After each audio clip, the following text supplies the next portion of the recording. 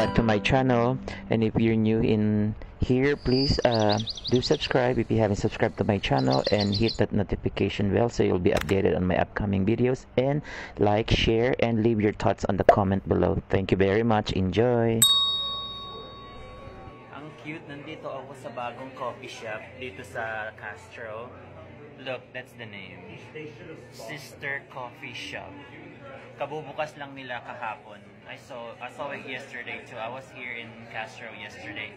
Nung mayroon silang employee sa labas na nag-handout ng free sample ng isang buong croissants. Ganon ha, isang buong croissants. But anyway, ang cute ng place nila, look. Ayan.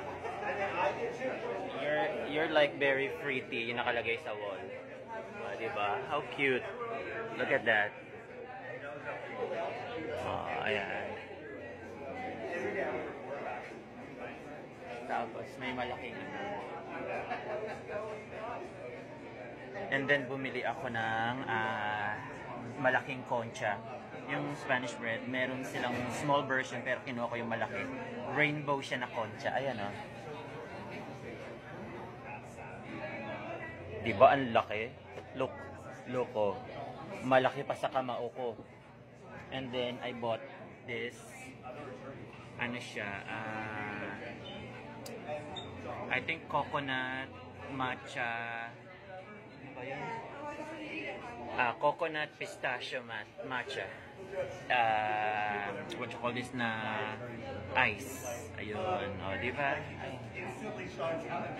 Ang cute ng vibes dito sa place na to.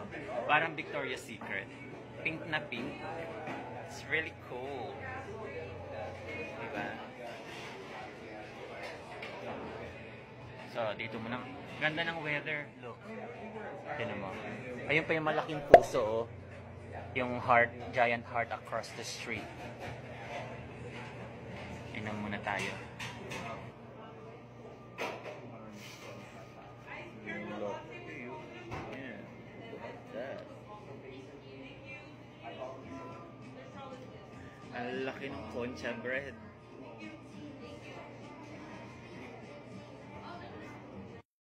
Isa ang pandulce sa paborito kong Spanish bread, especially concha, yung iba-ibang kulay na bilog.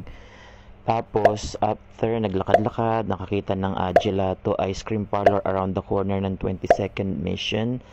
Ayun, napabili ako ng ice cream dahil ang init ng panahon. Perfect. It was an awesome day. Alright, you guys, thank you for watching this short video. I hope you liked it. And see you on the next vlog. Take care.